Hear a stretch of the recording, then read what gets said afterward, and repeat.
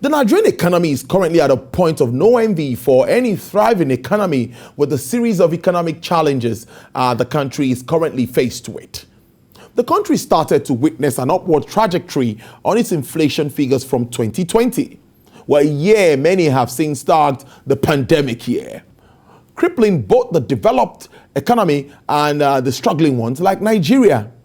The latest economic report by the National Bureau of Statistics shows that the inflation surged to 18.17% in March from 17.33% recorded in February 2021, indicating a 49-month high from the 18.72% recorded in January 2017.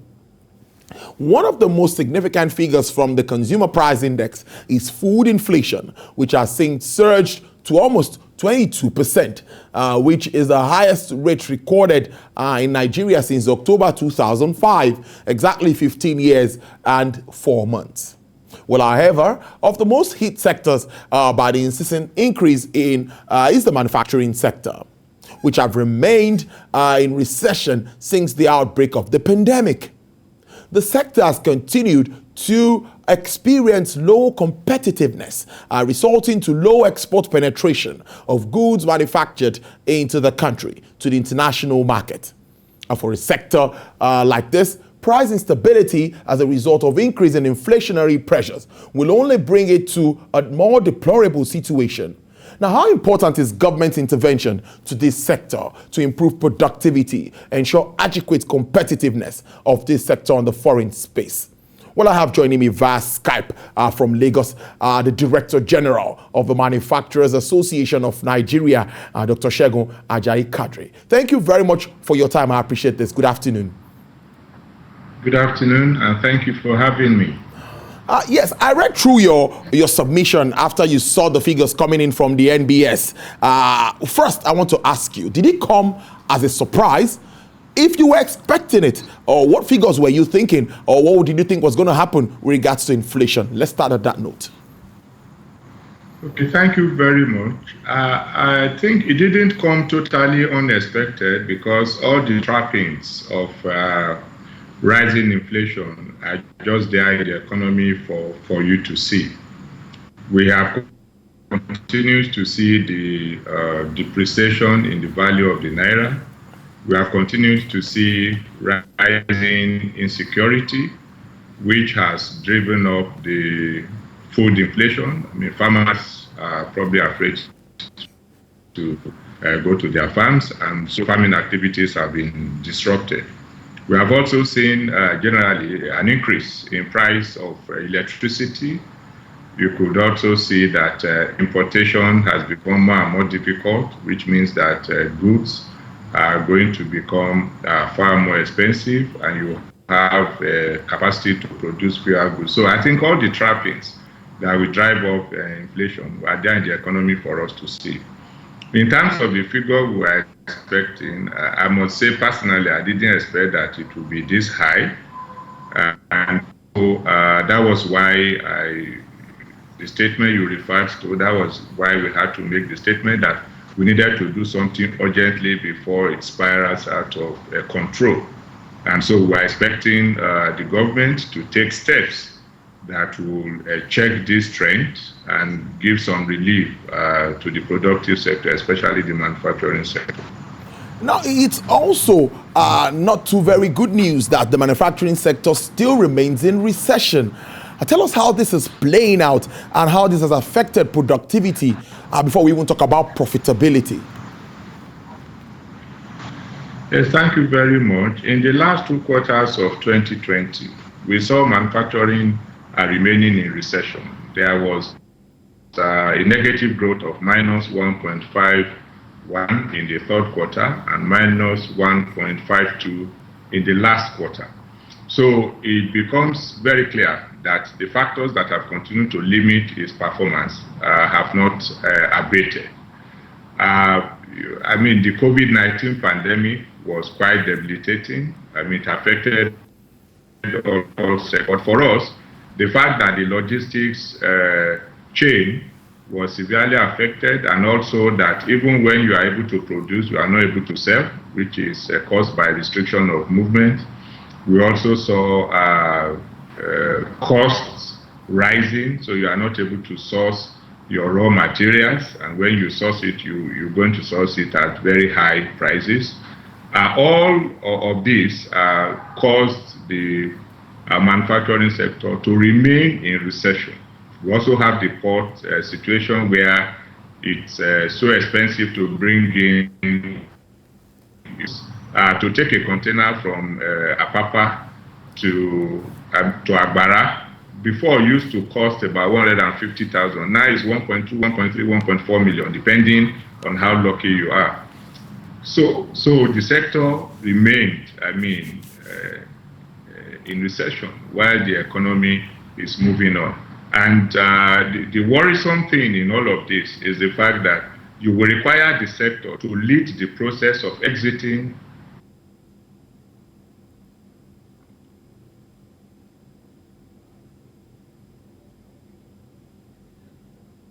needs to look critically at the sector in order to secure an overall growth in the economy. Now, let me follow up this way. DG, there is an economic sustainability plan that is supposed to cover almost all sectors of the economy being drawn out by government. I think about 2.3 trillion naira, if I'm correct. Now, all of these interventions, we've seen some focus on the manufacturing sector. We know of the pharmaceutical space. We know of textile space, and some of all of these space where the central bank is currently intervening. Can you take us through what is really happening? Yes, we see it on paper, but you are the players in the sector. Yes, I think we spoke about it sometimes in the past. Like you rightly said, most of these initiatives exist on paper. But in terms of practice, we've had limited success. By the admission of Central Bank, the intervention of 1 trillion naira, only 30% of it have been assessed after more than 16 months. So you see that the process of assessing such facilities have been made moribund, so to say.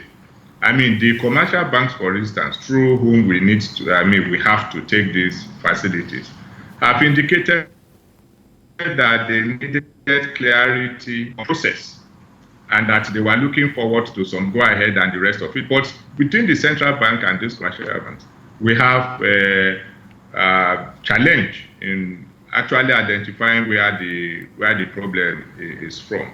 And for you to be able to get over these issues, I think there is a need for synergy between the central bank and the manufacturers, such that we are able to track the success of those initiatives, very brilliant initiatives, and they have worked in some other countries. So I think what needs to be done is for us to have a synergy that allows us to be able to track the process, so that you know that a company has applied and the company has been able to receive the facilities. Otherwise, the sectors that you mentioned will just it will remain on paper that they have been assisted in this way, but in practical terms, the support has not gotten to them. True. Moving on. Now we say there's some deliberate steps or efforts that we need from government to help straighten up all of the challenges faced in the manufacturing sector. DG, can we identify some of them and maybe pick them one after the other so that we really understand and government also gets to understand what needs to be done? I know there are challenges with Forex, there are challenges with price stability, there are challenges with agricultural production. We can go on and on, but can we streamline some of them and know what needs to be done? Maybe like normal we used to say, medium term, short term, medium term, and long term, so that we can make progress. Yes, thank you very much. I think chief among the problems that we could easily address is access to Forex, especially so that manufacturers can procure those raw materials that are not locally available and for which resources are not available to source locally. You see, this is so important because you cannot overnight backward integrate in areas where you don't have local supply of raw materials. And we have said that you can be ingenious. We know that there is scarcity of forex, and we know that the value of the naira is low. So you need to disaggregate your support to the economy by giving special consideration to those that are involved in the process of manufacturing, for instance. Another thing that we can also do is in terms of power supply.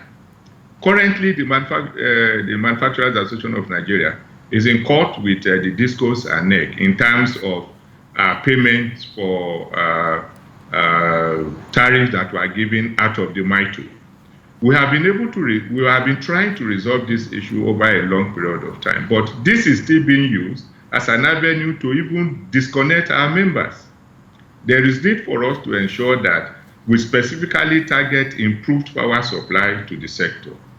Another one that we can readily talk about is the credit facilities to the sector. We have a number of windows that have been opened to give credit, but I think we need some more. And there is no way a manufacturer will borrow at 23 to 25%, and that's the minimum. And he will be able to produce and make profit. That will be able to expand his capacity utilization, that will be able to employ more people. So, I mean, these are critical areas. Also, the issue at the ports. The e-collapse barely 1 month or less after it took off. It's not possible for you to compete in an environment, especially with AFCFTA that is just kicking in, when you do not have an efficient port system. And I don't think it's rocket science for you to be able to effect this. Countries around us, very small countries around us, are making rapid progress. So I think those are, a number of quick steps that we can take. Not to talk of the long term of ensuring that we improve the macroeconomic environment. Infrastructure remains a challenge. And day by day, the solutions to this problem are being thrown up, both by manufacturers, both by civil rights, civil society, and there are examples around the world for you to be able to leverage on to improve your knowledge about how to deal with the issues. Other African countries are bracing up for a successful participation in the AFCFTA, but we don't have coordinated efforts to specifically remove those supply side constraints. And that is the worry. We work with governments day in, day out to be able to resolve these things, but the solutions are not just coming.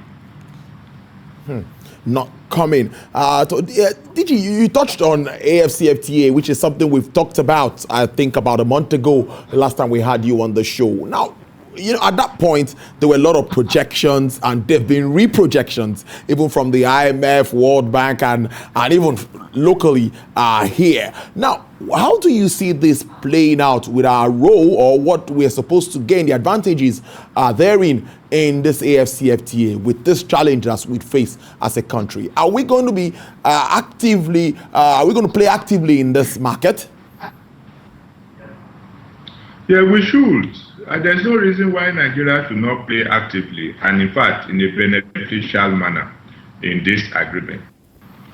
The government knows exactly what to do. The government is on the same page with manufacturers because we have taken an informed position, both government and even economic actors. We know exactly what to do. We know those aspects of our policies. We know those economy that we need to improve upon. What is just required is for all the actors in government, ministries, departments, and agencies, government, to work in a coordinated manner. We have a platform in the National Action Committee on the AFCFTA for us to achieve this synergy. But again, we are having a situation where some agencies continue to operate in silos. So we need to be able to speak to each other. For instance, it should be possible for us to have a synergy that allows us to exchange information.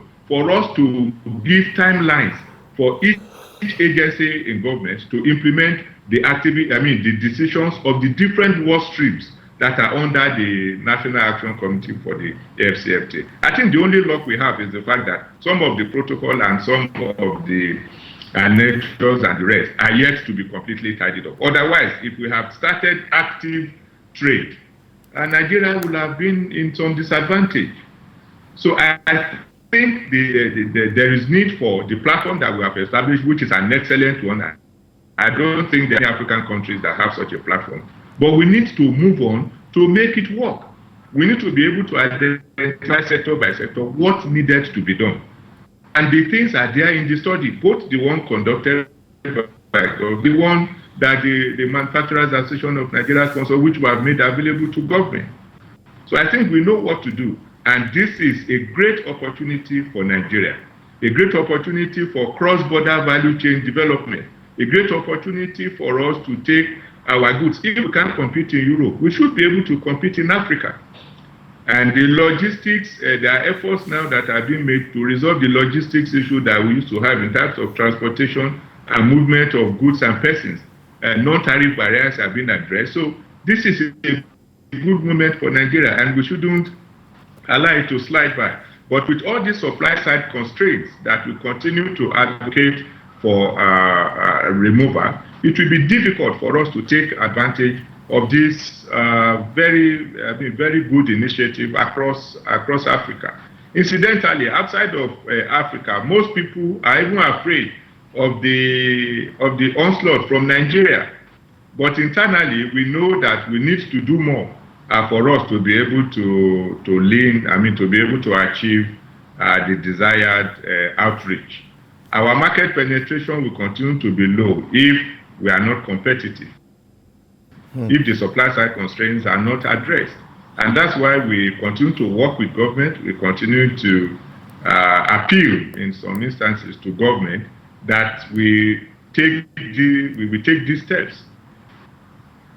Now, when we talk of policies, DG, almost wrapping up now, there's also this argument in some quarters that policy should not also work at cross purposes. That is also something I'd like you to react to some of the policies of government. Some say they are working at cross purposes. And to wrap up, you touched on backward integration. Can we just assess how far, where are we at the moment? Because definitely that will still be where we have to go to save the little forex that we have. Yes, I know it's not immediate, but how far have we gone? Yes, I think we have achieved some progress in terms of sourcing or local sourcing of our raw material. No manufacturer will want to face the hurdle of bringing in your goods because the port system is inefficient and you are not able to access dollar at a favorable rate. So the natural inclination is for you to look inwards to be able to source your raw material. But the challenge that has bedeviled that, I think, is this setback from COVID-19. And one of the steps that we have taken to show up that is to improve our relationship with the Raw Material Research and Development Council. We are currently meeting, I think we are meeting next week, for us to identify and deliberately promote those aspects. The list of 41 items, though it was not, we were not consulted initially when it was on, and we have been moving to correct the negative impact. For those ones that we are able to source our raw materials locally, for which we can ramp up supply very quickly, there are initiatives that, if pursued effectively, we should be able to improve on local sourcing of raw materials. I will quickly want to touch on the area of cross policies working at cross purpose. And I think this is very important because it is the same government, and we've had this government now for more than 6 years. So I think by now we will have gained the synergy that ought to pervade the whole gamut of government. We have situations, particularly with monetary and fiscal policies, that are working at cross purposes. So I think there's a need for the CBN and the Federal Ministry of Finance, Budget and National Planning, to deliberately harmonize their efforts so that you do not gain on the side of fiscal policies and monetary policies come to take off the gain. particularly now that we are going to be trading in the African continental market. There is need for us to ensure that those tariff lines that have been favored in terms of promoting backward integration and growing local economy, protecting the domestic industries, are not shortchanged by monetary restrictions, especially using the platform of items not valued for forex. I think we should be able to strike some balance in all of this. And they should speak more to each other. I think that is the major area where we have experienced some inconsistencies. And there are also other reforms that have been made by government. There are some policies like the auto industry, where we seem to be going back on the efforts that we have made to promote the sector. I think there is need for us to be consistent also in policy. It's not only that they are working at cross purposes. In some cases, we make terms that are steep and that do not have the input of the players in the sector. I think government needs to revisit its current stance on automobile industry so that we'll be able to derive great value from the value chain, which is very wide. There are more than 2,500 parts of a car. Imagine if local industries develop around this value chain. It will be very helpful for the economy. All right, let's leave it there. Dr. Segun Ajayi-Kadri, thank you very much for your time. Our Director General, Manufacturers Association of Nigeria. We appreciate this. Thank you for having me. Thank you. All right.